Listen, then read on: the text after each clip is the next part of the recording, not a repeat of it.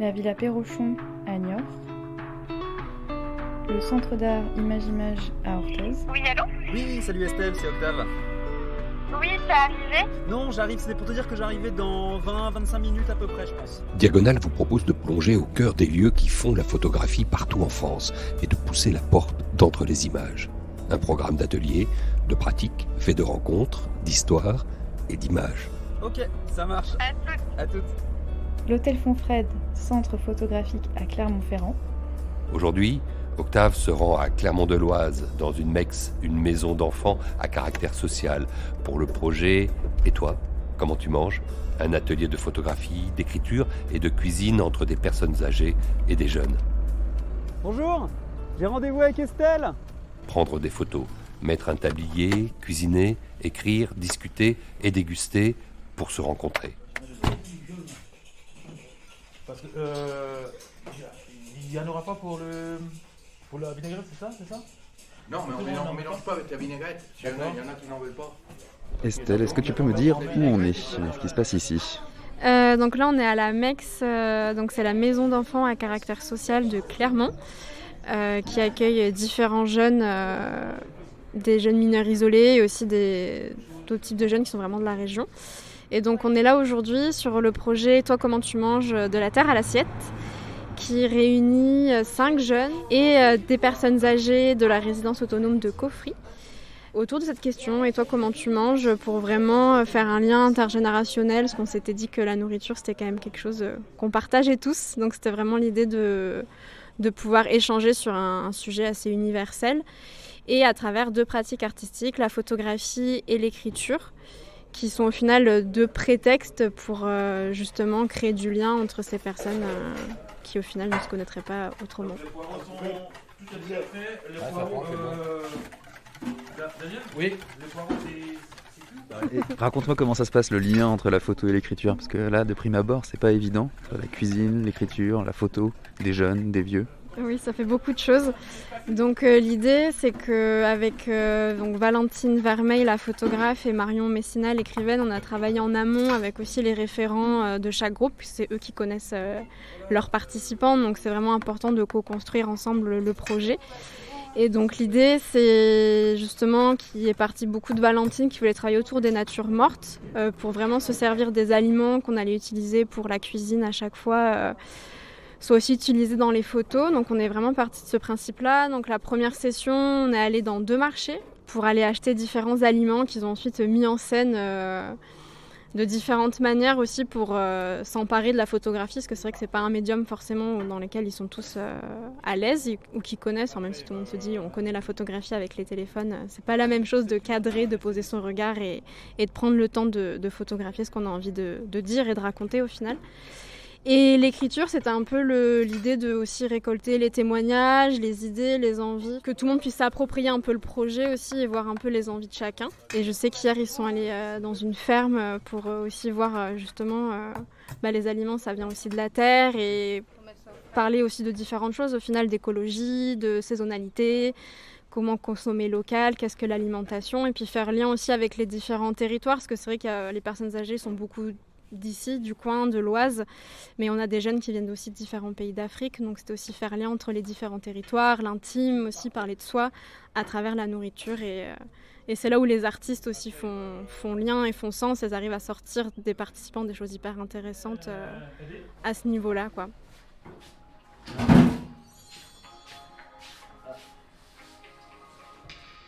Enfin, vraiment, ils cuisinent tous ensemble, et puis l'idée, c'est vraiment de partager ce repas tous autour de la table. C'est vraiment l'idée de repas, de partage. Tu m'emmènes voir ce qu'ils font en cuisine? Oui, je t'en prie. Alors, on retrouve Adam qui nous fait la vaisselle. Il y en a encore pour combien de temps à peu près de temps de cuisine? Là, après, j'ai la semaine.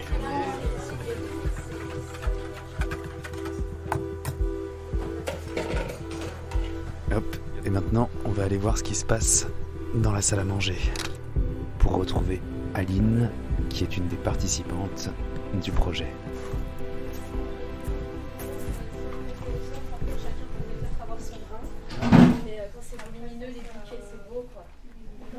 Moi, c'est depuis mes 16 ans. Même avant, mais C'était compliqué, j'ai eu un passé compliqué qui fait que j'ai dû grandir très très vite. Qui veut dire la nourriture, pâtisserie, tout ça, c'est rentré très vite dans mes mains. Et puis maintenant, faire un gâteau ou préparer un plat, ça devient des gestes quotidiennes. Comme par exemple le sucre, il y a des personnes qui vont mesurer, alors que moi, pas besoin. C'est dans ma tête, je sais les grammes au millimètre près. Après, les gâteaux, c'est compliqué parce que j'ai décidé d'arrêter. Le monde du travail fait que il n'y a pas beaucoup de patrons qui prennent d'apprentis. Du coup, j'ai arrêté et puis maintenant, je vais commencer une formation en ADVF. Ce qui veut dire ? Aide à la personne et à la famille. Et puis, voilà. Et tu me disais, tu fais de la pâtisserie, tu fais à manger depuis que tu as 16 ans, c'est ça ? Oui. Les gâteaux, c'est une passion qui... Je trouve qu'elle est rentrée dans notre famille. Ma grand-mère, mon oncle, il a fait la boulangerie, ma grand-mère a fait des gâteaux. Et puis, moi, j'ai pris un peu des deux, quoi. Comme la cuisine. Ouais. Et là, tu as quel âge ? Là, j'ai 17 ans, bientôt 18 ans dans 3 mois. Avec impatience.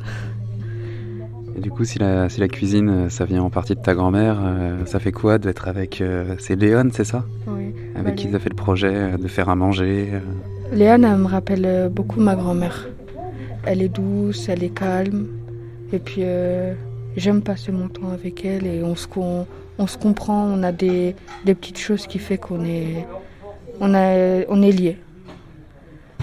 Elle... Moi, personnellement, c'est ma grand-mère qui m'a appris tout ce que je sais. Et puis, tout ce que Léon a sait, c'est un peu comme ma grand-mère. Du coup, je la considère un peu comme ma grand-mère. Du coup, quand on va partir, je pense que tout le monde va se manquer un peu, quoi. Voilà.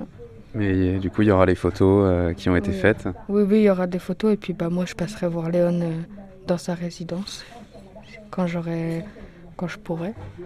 Pour lui faire de la compagnie et ça lui fera plaisir, je pense. Tu me présentes Léon ? Oui.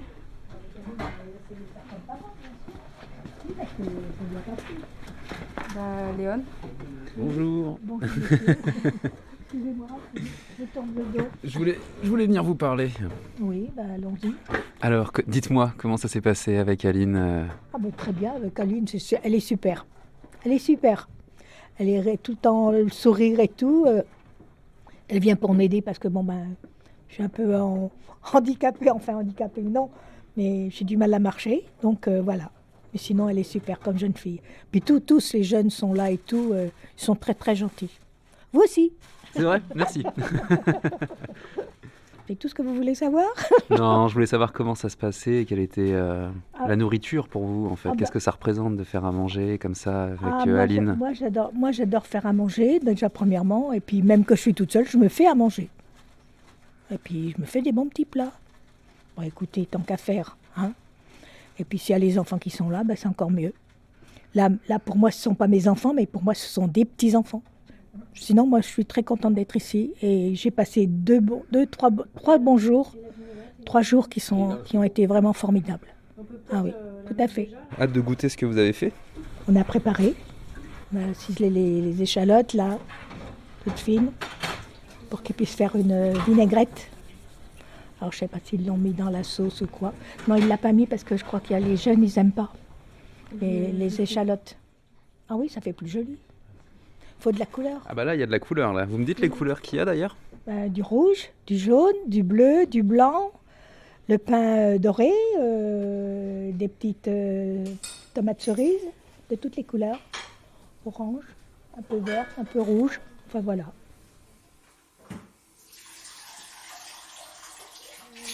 Salade de fruits, jolie, jolie, jolie. Un jour ou l'autre, il faudra bien qu'on nous marie.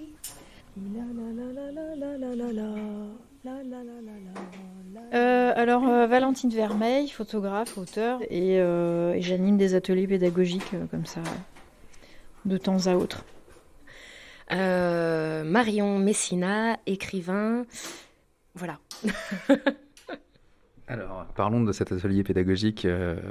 Comment tu manges ? Point d'interrogation, de la terre à l'assiette, c'est ça ? C'est ça. Alors, des natures mortes, de la photo, des jeunes, des vieux. On pourrait dire que la photo, c'est un peu l'instantané. On capte l'instantané. Il y a notamment des portraits qui ont été faits. Donc les portraits, c'est de l'intime. Est-ce que finalement les personnes âgées préfèrent l'écrit, les jeunes la photo? La prise en main des réflexes pour les personnes âgées était un peu compliquée. Physiquement, je veux dire, c'était quand même un petit peu compliqué. Et il y avait pas mal d'inhibitions aussi, finalement. On a de la pudeur à tout âge. Ouais, ça c'est quelque chose qui m'a vachement étonnée, en fait. Et je peux assez imaginer ce que ça a pu donner en écriture aussi. En revanche, c'est vrai que les jeunes étaient très à l'aise tout de suite, étaient dans un rapport beaucoup plus ludique à l'image, effectivement. Et avec beaucoup plus de facilité et puis de curiosité par rapport à... voilà, on sent qu'il y a effectivement une grande facilité, entre guillemets, qui est plus... Enfin, une fluidité, en tout cas, plutôt par rapport aux personnes âgées. Peut-être que l'image est sacralisée pour les personnes âgées, là où elle ne l'est pas pour les jeunes, et inversement, par rapport à l'écriture. Est-ce que finalement, du coup, c'est pas la nourriture qui réunit ces deux mondes-là? Parce qu'on parle il y a l'échange générationnel, mais il y a aussi l'échange culturel. Nous, on avait un groupe composé de 2 Françaises et de 3 jeunes. Les 3 venaient d'Afrique occidentale. Et donc, ils sont très à l'aise avec la cuisine. Ils viennent d'une culture où la cuisine, elle est encore collective, où les repas, on les prend, pour ainsi dire, jamais tout seul. Et au foyer, on sent qu'il y a quand même une culture par rapport à ça, parce que quand les jeunes viennent d'arriver, même quand ils ne parlent pas... ni l'anglais ni le français pour se comprendre, la médiation, c'est la cuisine. Donc même si finalement les repas servaient de prétexte pour d'autres pratiques culturelles, j'ai été épatée de voir à quel point ils avaient envie de faire attention à ça, à quel point ils avaient du plaisir à parler de recettes avec les anciens. Et en fait, je pense que là, on a vraiment un thème qui est tout sauf une mode avec l'alimentation. Je pense que c'est un véritable enjeu de société et que tout le monde arrive à le percevoir. Écrire, cuisiner, photographier. Écrire, cuisiner. Photographier comme si l'on cuisinait. Préparer des aliments, des éléments. Photographier comme si l'on cuisinait. Mettre un tablier, prendre la pause. Mettre un tablier. Écumer, cadrer, touiller. Éditer, égoutter.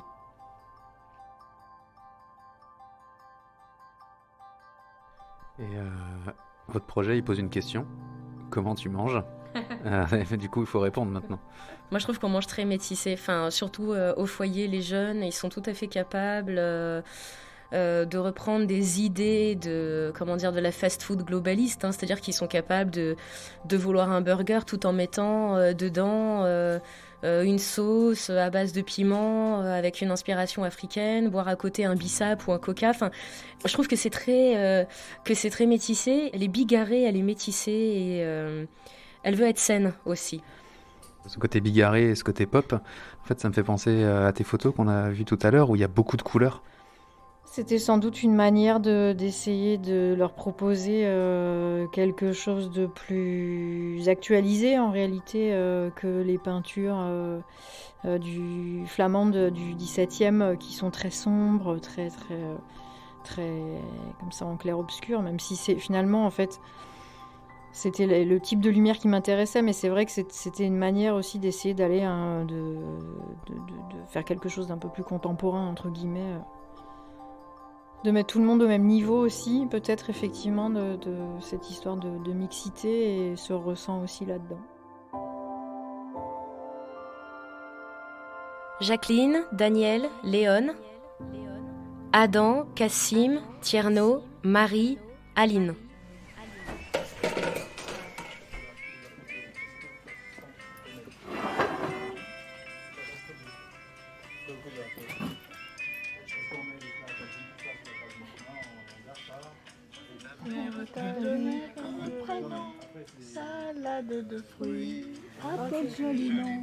Fin de l'étape de notre voyage sonore à Clermont-de-Loise. Remerciements à tous les participants et participantes, à Valentine Vermeil et Marion Messina, à Estelle Ostiou, chargée de projet de Diaphane, le pôle photographique en Hauts-de-France, à tout le personnel de la Mex, Mère Teresa de Calcutta de Clermont-de-Loise, du Sava d'Agnès, des apprentis d'Auteuil et la résidence autonomie La Compassion de Coffry.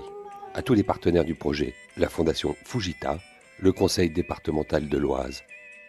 Et toi, comment tu manges ? De la terre à l'assiette est un projet soutenu par l'ADAGP, la Société des auteurs dans les arts graphiques et plastiques, dans le cadre de la bourse La vie devant soi, un des ateliers du programme Entre les images, développé par les membres du réseau Diagonale, 27 centres dédiés à la photographie et disséminés sur l'ensemble du territoire.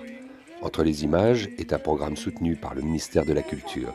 Cette série de podcasts originaux est produite par le réseau Diagonale et réalisée par le studio de création Écran Sonore. Au micro, aujourd'hui, c'était Octave Broutard. Toutes les informations sont sur le site réseau-diagonale.com. Un réseau unique pour une photographie multiple.